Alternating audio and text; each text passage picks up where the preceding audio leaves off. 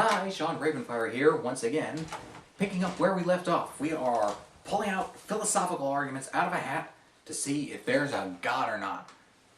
Actually, we're just sort of dismissing all of the arguments for and against. Agnostics! Let's see if for those just joining us, where the hell were you before? But we have three that are kind of standing pretty solid right now. I cannot explain statues drinking milk, I cannot explain ghost sightings, and I cannot explain astral projection. Other than that, I've pretty much demolished every pro or anti-God argument. Okay, next one is a pro-God argument. It says, if society has a spiritual awakening, we will have a better society. Isn't that wonderful? Okay, here's my problem with this one. Why do we need a spiritual awakening to make society better? Can't we just say, let's make society better?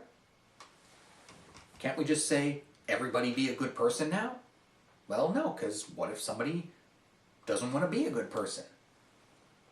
Well then, how do we get everybody to agree to be more spiritual? Doesn't really work. Okay, well let's say there's a few bad apples, but society overall gets more spiritual and therefore strives to be better, because the goal of spirituality is to be better. Well, aren't we already trying to be better? I mean, we take people who are dangerous and we put them into buildings with bars and guys with guns walking around to make sure they don't leave, and people who do really good things, we give them awards. So aren't we already collectively as a society trying to be a better society? So a spiritual awakening really wouldn't do anything. It would just be doing the same thing that we're already doing without being spiritual. So we don't need it. Next argument. An argument for the existence of God. Genetics is a programming language.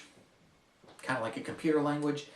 DNA is kind of like the blueprints in an architect's set of blueprints, or the programming language in your computer, and it suggests intelligent design. Well, no.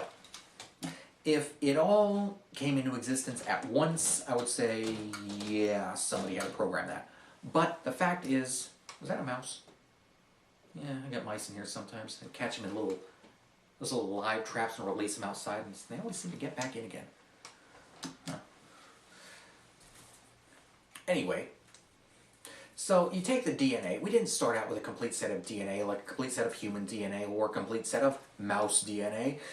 We started out with really simple DNA, basically just little free-floating nucleotides by themselves.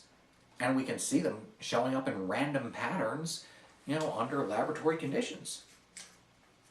And through survival of the fittest, they're going to become more complex and more adapted for survival. In fact, most of the DNA in your DNA, that was redundant, most of the genes in your genome are junk DNA. They don't actually do anything. They're just random. So in that sense, we could say that it's not very intelligently programmed. It's just that some of the parts work. Most of them aren't really good for anything. Next argument. Argument against the existence of God. Exceptions.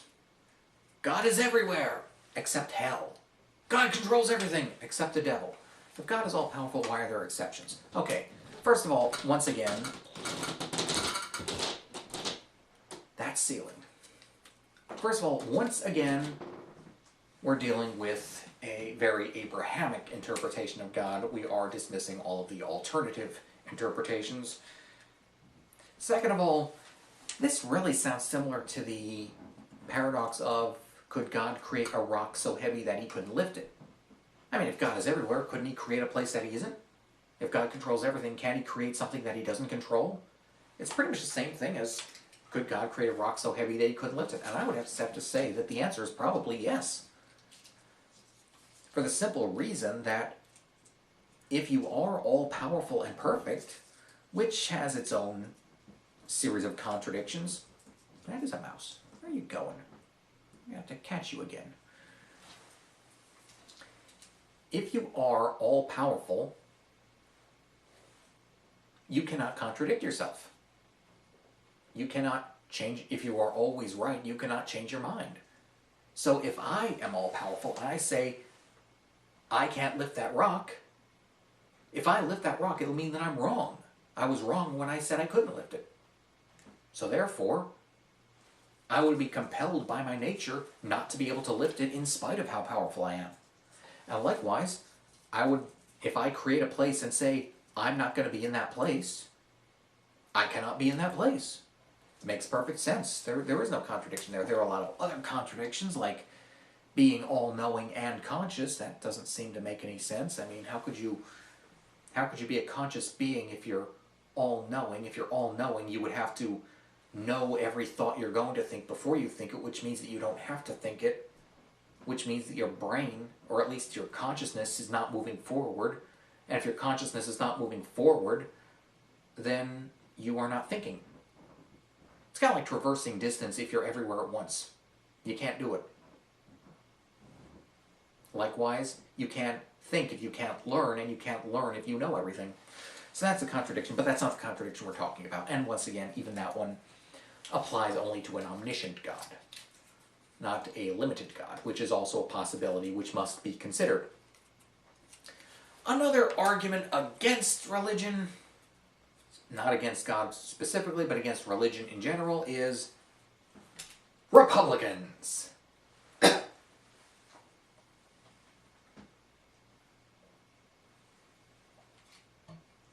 Now, pretty much every country has their religious conservative political parties. In the United States, it happens to be the Republicans. Okay. The idea is that if there wasn't religion, then it wouldn't be influencing politics through the Republican Party. Well, how religious are the Republicans really? If you ask the Republicans, they'll deny this up and down, but I think the truth is, I really think they're faking being religious. I really think they're faking it just to get public support.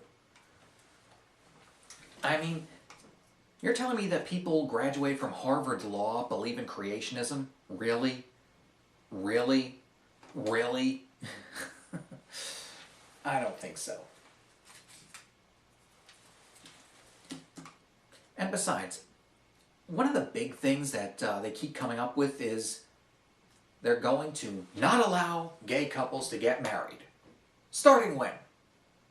Right after this next election. Then the election comes along. When are they going to start? Right after the next election. Bush was the president for 8 years, and the Republicans had a majority in both houses of Congress for 6 of those years. In that time, gay rights were expanded, not reduced.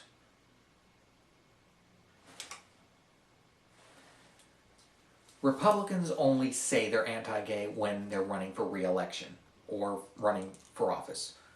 They never actually act on those policies, or if they do, it's in some small token way that they could just point to and say, look, I did that. Or they'll propose a bill that they know is never going to pass. They are not religious fanatics. They're faking it. They're faking it. So we don't have to worry about them.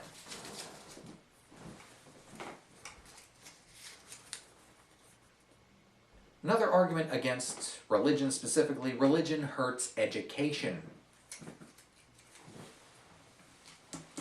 Religion hurts education.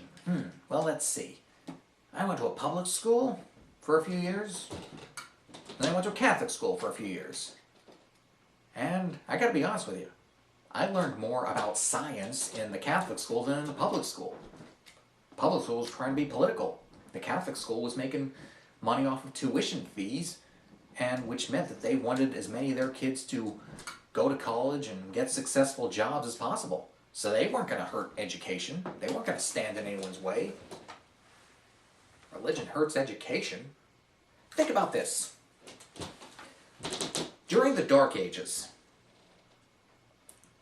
all of those ancient writings from Aristotle and Plato and Socrates, Who preserved all those writings?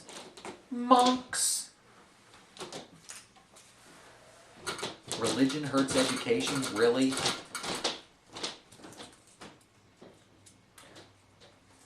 Seems to me that people hurt education.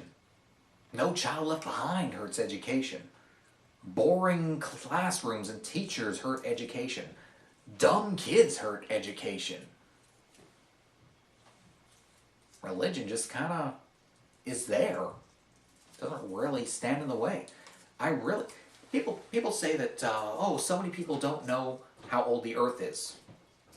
It's because of creationism. Not really. I mean, I've heard people on the internet say that the earth is 2013 years old. Not because the Bible said so, but because the calendar hanging on the wall said so. Some people don't know anything, not because they're religious and stubborn. Some of them don't know just because they're dumb. Or at least very ill-informed.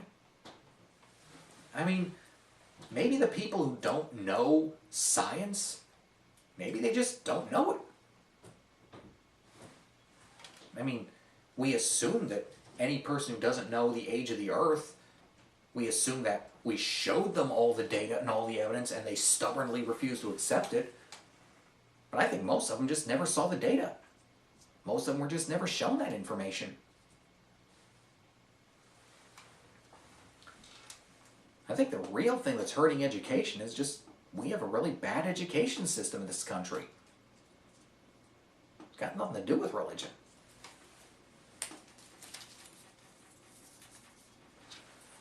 Next argument. An argument for God, and this one comes from a celebrity, a Mr. St. Thomas Aquinas. And Mr. Aquinas says, first cause. Everything that conforms to the laws of physics must have been caused by something previously. And since there can't be an infinite regression of things, the first cause must be something that does not conform to the laws of physics. Here's my counterpoint. First of all, what's wrong with an infinite regression? Aristotle didn't have a problem with infinite past. Einstein didn't have a problem with infinite past. When you get into hyperspace, there doesn't seem to be any problem with infinite past. So there could be an infinite regression. But let's just say, hypothetically, that there is not an infinite regression and there actually was a first cause. Okay. Then what was the first cause? The first cause would have to be something uncomplicated, something fundamental to all of existence, something intrinsic.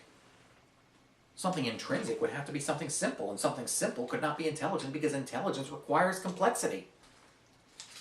So in that sense, if there was a first cause, which there doesn't have to be, the first cause would have to be something unintelligent. Next argument. Yeah, I just shot down Thomas Aquinas. Okay, an argument for God. Evil is the lack of God. This one comes to us from another saint, Saint Benedict or Ignatius or one of them. I forget. Some saint. Said that basically cold is the lack of heat, dark is the lack of light, and evil is the lack of goodness, and goodness is God. Does this prove there's a God? I don't see how. It just seems to be more like a speculation. But let's just say that, never mind if it actually proves anything or not, is evil the absence of good? No. Good is the intent to do harm. Good is the intent to do help. Evil is the intent to do harm. If you have no intent at all, you are not evil, you are indifferent. Apathy is the opposite of... Apathy is the absence of caring. Hate is not the opposite of love. I mean, hate is the opposite of love, but hate is not the absence of love. The absence of care... Love and hate are both forms of caring, and the absence of caring is apathy. Kind of like the way a negative charge is not the absence of a positive charge, it's just an opposite charge. The absence of a charge is neutral. So in this sense, we could say that evil does not need to be the lack of goodness. It could just be a force for the opposite of good, the absence of which is indifference. But even if, hypothetically speaking, evil were the absence, excuse me, this is a real tongue twister of an argument.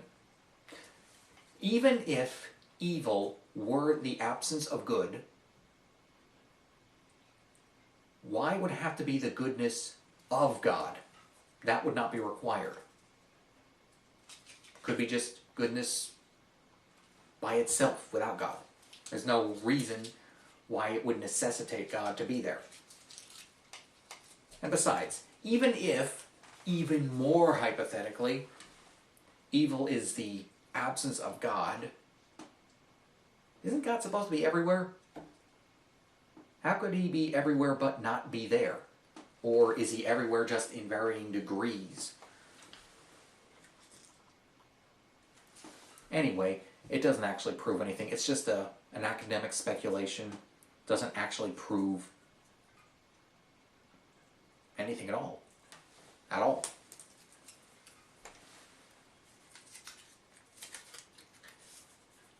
Next argument against God, appeal to authority or population fallacy. I really do not like these arguments.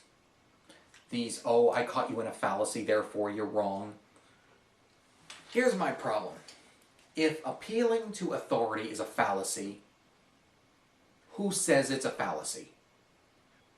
An authority. So you're appealing to the authority who told you that it's wrong to appeal to an authority. Here's why you shouldn't appeal to an authority.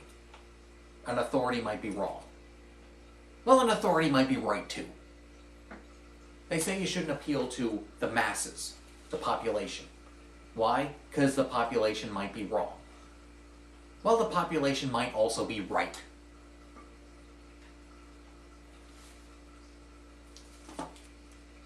You don't know. You don't know. And just because you say, that's a fallacy, doesn't mean the other guy's wrong. It just means, I found something that I can nitpick about what you just said. Doesn't really mean the other guy's wrong. And I really, here's what I think. I think that there should be a new logical fallacy called the fallacy fallacy. The fallacy fallacy is the belief that if I catch you in a fallacy that I've heard of, that you're automatically wrong, which you might not be. So that's the fallacy fallacy. And if you actually employ the fallacy fallacy, then you can suck my phallus. Okay. Argument for the existence of God. This is a popular one. It was mostly popularized by Mr. Bill O'Reilly. Sun goes up, sun goes down, tide comes in, tide goes out, etc., never a miscommunication.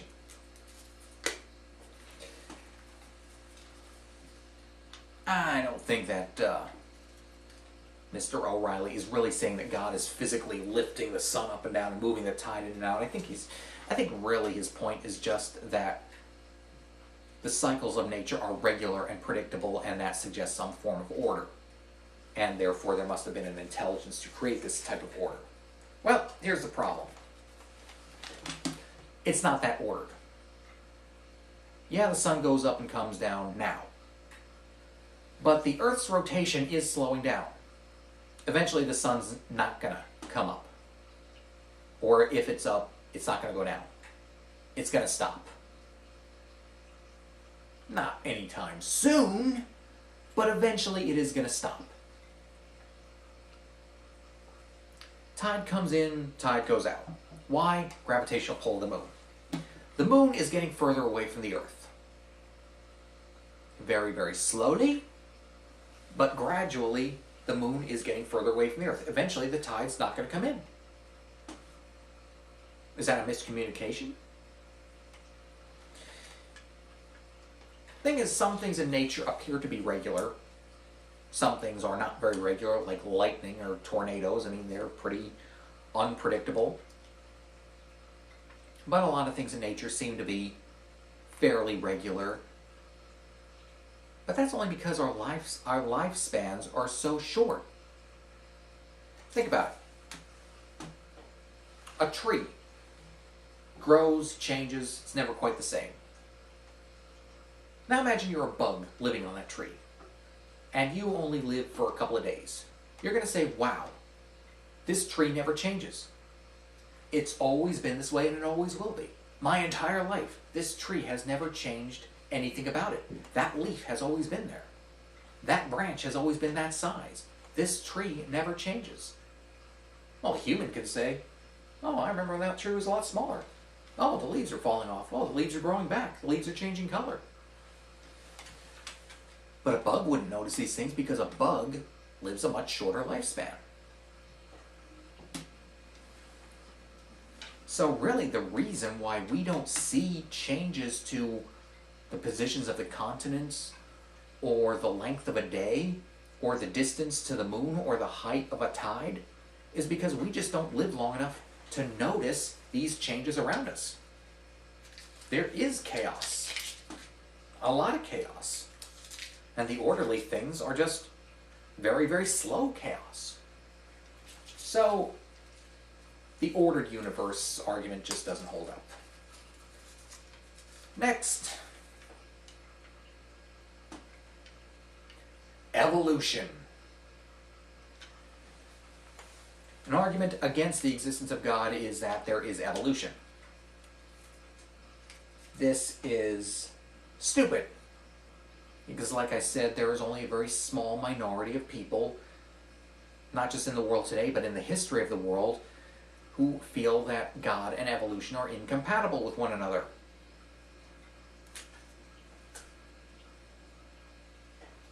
Why are we pointing to this one little group of fanatics and saying, well, if any religion is right, it's gonna be that one. If there's ever a God, it's gotta be the God the way those people interpret it. You're basically picking the dumbest people and saying they have to be right or else no one is. Saying those are the people that are going to represent everybody else in the world who believes in a God. Or gods. It's ridiculous. You're basically setting God up to fail by picking the worst example. Evolution does not disprove God. It only disproves a literal interpretation of the English translation of the modern version of the King James Christian Bible adaptation adapted and compiled by the Council of Nicaea and taken from very specific ancient texts from a very specific part of the world.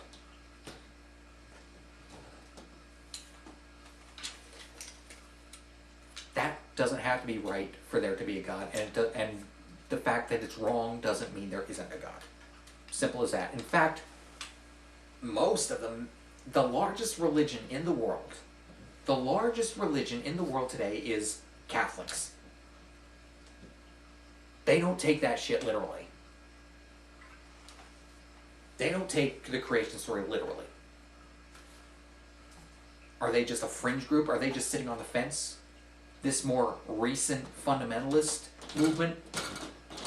Are they like the originators of the God idea that the Catholics are just halfway to backing away from? I have heard it said that anybody who doesn't believe in the creation story literally is in the process of becoming an atheist. Bullshit.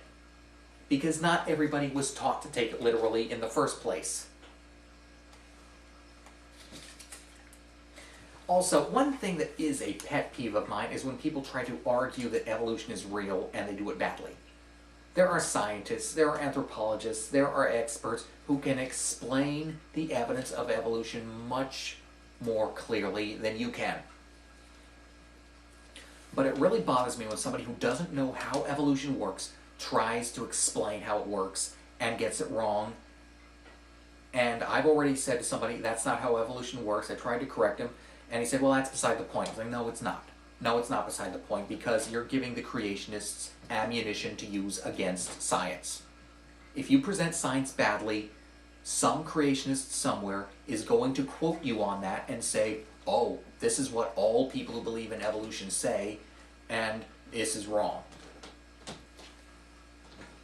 Scientists know what they're talking about. Laymen don't.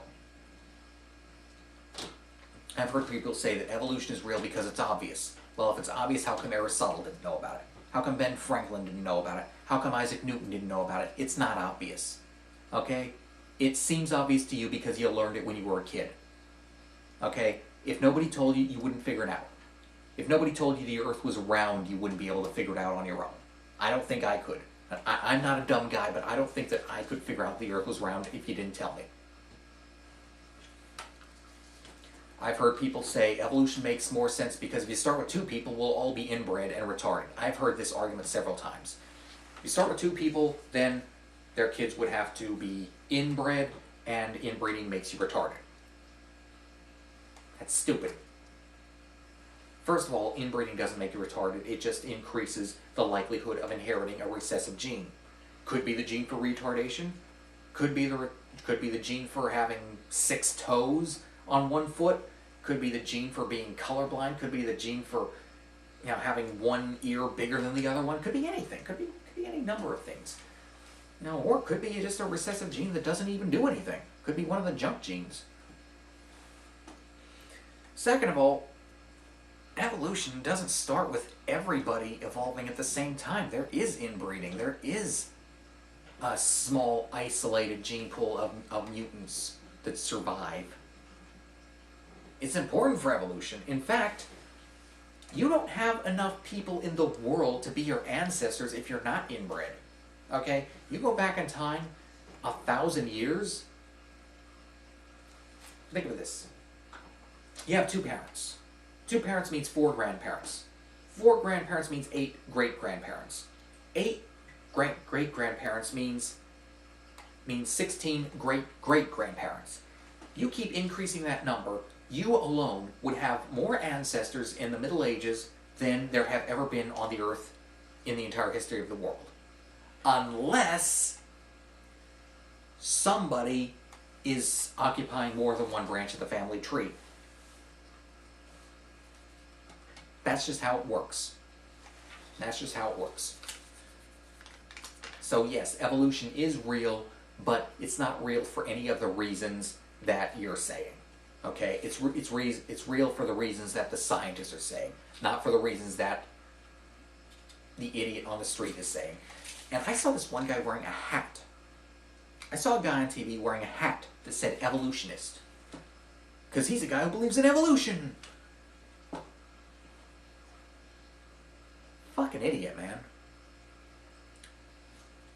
Religious fundamentalists consider evolution to be a belief, not a fact. If you call yourself an evolutionist, you're reinforcing that misconception. I mean, I believe that trees exist. I don't wear a hat that says treeist. I don't say I believe in trees. I say, yeah, there are trees. So don't say you believe in evolution. Say, yeah, there's evolution. I acknowledge it exists. That's the smart thing. And it doesn't say anything about whether or not there's a God. Just not a biblically, literally interpreted God. Here's an argument against the existence of God. This one's more philosophical. It says that God is undefined. We don't know what God is. If we don't know what it is, how can we say it exists or not? If I ask you, is there a flurvnerp? And you say, what's a flurvnerp? And I say, I don't know. It would be silly to say there is one. So we can't say there's a God because we don't know what God is. Well, yeah, we kind of do. We have a basic definition of God. We don't have to sit there and define exact parameters. We basically know what we're talking about. If I say to you, do you have a dog? You know what I'm asking. You're not going to say, ooh, what do you mean by dog? You mean like a Chihuahua, or do you mean like a Great Dane? Do you mean like a Poodle, like a Rottweiler? You know that those are all dogs. You know that I'm not asking if you have a cat. You know that I'm asking in a very literal sense. I'm probably not asking you if you ate a hot dog for lunch recently.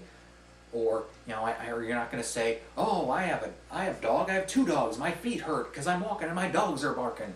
No, you know what I'm asking. You understand the question. I don't have to explain it. It's implicit. And likewise, when somebody says, is there a God? It's implicit. You know what's being asked. We all know what we're talking about. We don't have to have a written definition. But let's say that we do need one. Well, first of all, we know that we're talking about something intelligent. Obviously, a natural phenomenon. We're not going to say, oh, well, gravity is God. Well, is it intelligent? No. Well, then it's not God. We know that we're talking about something powerful. Can't just point to a guy and say, that guy's God. No, we're talking about something very powerful. Something intrinsically powerful, as in, does not use tools powerful. Of course, that's kind of an odd thing. I mean, Thor was a god because he could make lightning using a hammer, but I could make lightning using a Tesla coil. But that doesn't make me a god. So there's kind of a gray area there. We are talking something powerful. It's just a matter of degree, how powerful and what methods used. That's the gray area, but some form of being very powerful is understood to be a requirement. We are talking about something immaterial. Now, an immaterial God could become material, like an avatar, an incarnation, walk the earth as a person, Christ, for example, or Krishna, but it's generally understood that he does not require to be material in order to exist. He could exist in an immaterial state. So we are talking about the metaphysical. And we are talking about an immortal being. Now, some might say with no beginning and no end, but certainly, not everybody says that, but certainly we're talking about something that has no aging process. Something that doesn't get sick or get injured. And even can come back from the dead. In almost every story about gods, they can always come back from the dead. So there is that sense of immortality. So we are talking about something more or less immortal, all or most of the time immaterial, in some way very powerful, and definitely intelligent. Now, because the different interpretations of God is not required to be omniscient, perfect, creator of everything, a one-of-a-kind, or present in the afterlife. And we know that we are not, when somebody asks if you believe there's a God, we pretty much understand that we're not talking about in the metaphorical or symbolic sense. We're talking about in the literal sense. So, God is pretty well defined. We pretty much know what we're talking about. So we can't really say, oh, we can't say if there's a God because we don't know what it is, because we do know. We know exactly what we're talking about. We just can't agree on all the little details. But the general concept, we do agree.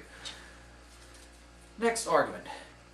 An argument not so much against God, but for being an atheist. Atheists aren't definite. This is the one I said earlier that I was going to come to later. It's later now. Atheism isn't definite. If you say there's a God, if you say I believe in God, you're saying there's definitely a God. And if you say I don't believe in God, you're not saying there definitely isn't a God. You're saying that you just don't believe that there is a God. In other words, atheist could include agnostic, and agnostic is smart, therefore atheist is smart. And atheist believes there's not a God, so therefore it's smarter to believe there's not a God. Here's the problem. Atheist is being interpreted in a couple of different ways at the same time. If you look in the dictionary for the definition of atheist, Webster's dictionary, the definition of an atheist is somebody who believes there is not a God. Not somebody who doesn't believe one way or another. Somebody who believes that there is not a God. Somebody who asserts that there is not a God. That is the definition. Now, I'm told, I haven't checked, but I've been told that if you look in the Oxford English Dictionary, the unabridged version, that's that really, really huge version, One of the definitions listed in there is someone who doesn't believe one way or another. Well, if it's, you can only find it in this huge unabridged version of the dictionary, it must be an obscure definition, right? It's not a common everyday definition. So you can't really say that that's definitely the definition of an atheist. An atheist is definitely somebody who doesn't know if there's a God or not. Or that using the word atheist to mean somebody who believes there isn't a God is somehow incorrect. Because that's the more commonly used definition. And it is a legitimate one. And it is the first one listed. I mean, that's like saying, oh, you live in a house? Well, you're wrong, because the definition of a house is a place in a theater where an audience sits. Well, yeah, that's a definition, but it's not the definition that is most commonly used. Somebody says, what's a house? It's a building that people live in. Somebody says, what's an atheist? It's a person who believes there's not a God. Simple as that. An agnostic is a person who's not sure. And we might say, okay, well, wait a second. Agnostic is just somebody who doesn't know. And since none of us knows, aren't we all agnostic? No. Because the definition of an agnostic, according to the dictionary again, according to Webster's dictionary, has two definitions. The first definition is somebody who asserts that it is impossible to know if there's a God. And the second definition is somebody who takes a neutral position. Well, in that sense, if you're not taking a neutral position, you're not really an agnostic, are you? Agnostic theist, agnostic atheist? How about just agnostic? Now, Penn Jillette has brought up this point and said, and I think Penn Jillette has made a lot of really good arguments, and I love a lot of the things he has to say, but I really disagree with him on this point. He says that when he says to somebody, do you believe in God, and they say, I don't know, that's answering an epistemological question. It's saying, I don't know if there's a God, and instead of answering whether or not you believe there's a God. No, I think it's answering the question of belief. I don't know if I believe. That's a legitimate answer. You can be ambiguous. The human brain doesn't always deal in black and white.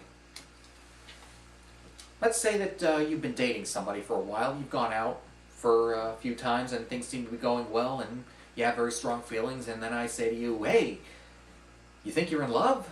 And you say, I don't know. What does that mean? Does that mean I have a strong opinion about whether or not I'm in love, but I can't prove it scientifically? No, that just means I'm emotionally conflicted right now. I'm undecided. That I don't know how I feel. That is a valid answer. So in that sense, agnostic is a real thing. And atheist is a real thing. And they are not the same thing. And it would be pointless to try to make them the same thing. If we change the definition of agnostic to include everybody, and change the definition of atheist to include everybody except for the absolute hardcore practicing faithful, well then what the hell is the point of having these words? Because then, what words do I use to differentiate between a person who's neutral as to whether or not there's a God and a person who's fairly convinced that there is not one? Why not just use the words the way they're commonly used and the way they're defined in the dictionary?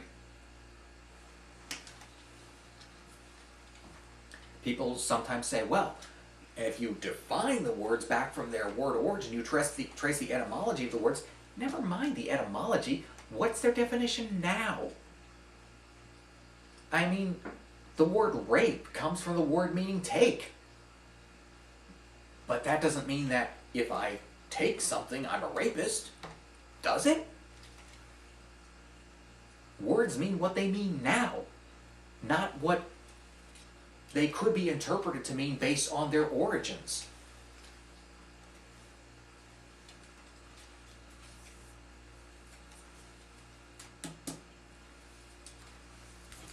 Another word that I want to point out is often misused is secular. This is a word that is commonly misused. Secular means no dominant religion, but it seems like in the media, secular has become a euphemism for atheist. It's become used to mean no religion. Secular does not mean no religion, it just means no dominant religion. There are secular ministers, there are secular chapels in hospitals. It just means no one, this is a secular society we live in. It just means no religion is dominant. And so, I just wanted to point that out. Actually, I think I have another little piece of paper in there on that point. But I brought it up early, because it popped into my head. Atheism isn't definite, and here's the thing. I think that there are a lot of people who kind of want to switch the definitions up and say, well, atheist is another word for agnostic, and agnostics are intelligent. Okay, so that proves that atheists are intelligent. Well, if atheists don't believe in God, then that means that person who doesn't believe in God is intelligent. Well, no, that just means an agnostic is intelligent. If you interpret it that way. And again, some people like to say, well, don't believe in God doesn't mean believes there isn't, and it's implied. If I say I don't believe something, it's implied that I mean I disbelieve or I believe the opposite. It's implied. If somebody says, do you believe the Yankees are going to win tomorrow? And I say, no, I don't believe they're going to win. That doesn't mean I think they're going to win, I just can't prove it. It means I think they're going to lose. Simple as that. Simple as that. It's implied. It's how people talk. The only times we nitpick about language like this is when we want the other guy to be wrong. When we want the other guy to be wrong, that's when we start nitpicking the language. When we don't care, we just accept words to mean what they mean.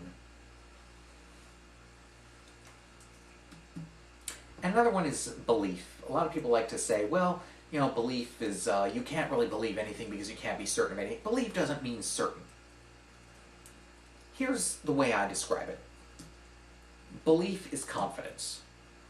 Richard Dawkins, who was, I don't always agree with a lot of what he has to say, but I do like this, where he said that an atheist could be 99% sure that there is not a God, a theist could be 99% sure that there is a God, and an agnostic believes the chances of God are 50-50. I agree. Although I would say that like 60-40 would count as an agnostic also. But here's the thing. It comes down to confidence.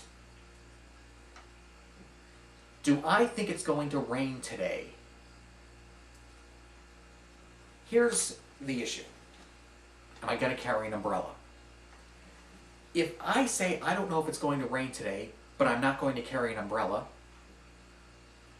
that means I'm pretty confident it's not going to rain today. But if I say I don't know if it's going to rain today, but I'm carrying an umbrella anyway, that means I'm not very confident that it is not going to rain today. And that's really what it comes down to.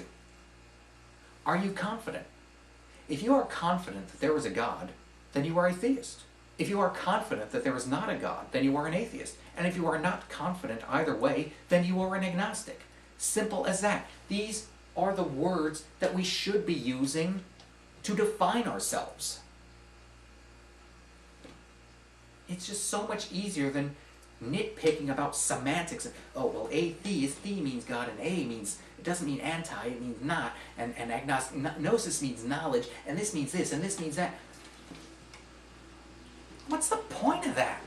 Just use the words to mean what they more obviously mean. Simple as that. Okay, I got a little, went a little long on that one, but it's a pet peeve of mine, so let's just stop here and we'll rejoin for the next one.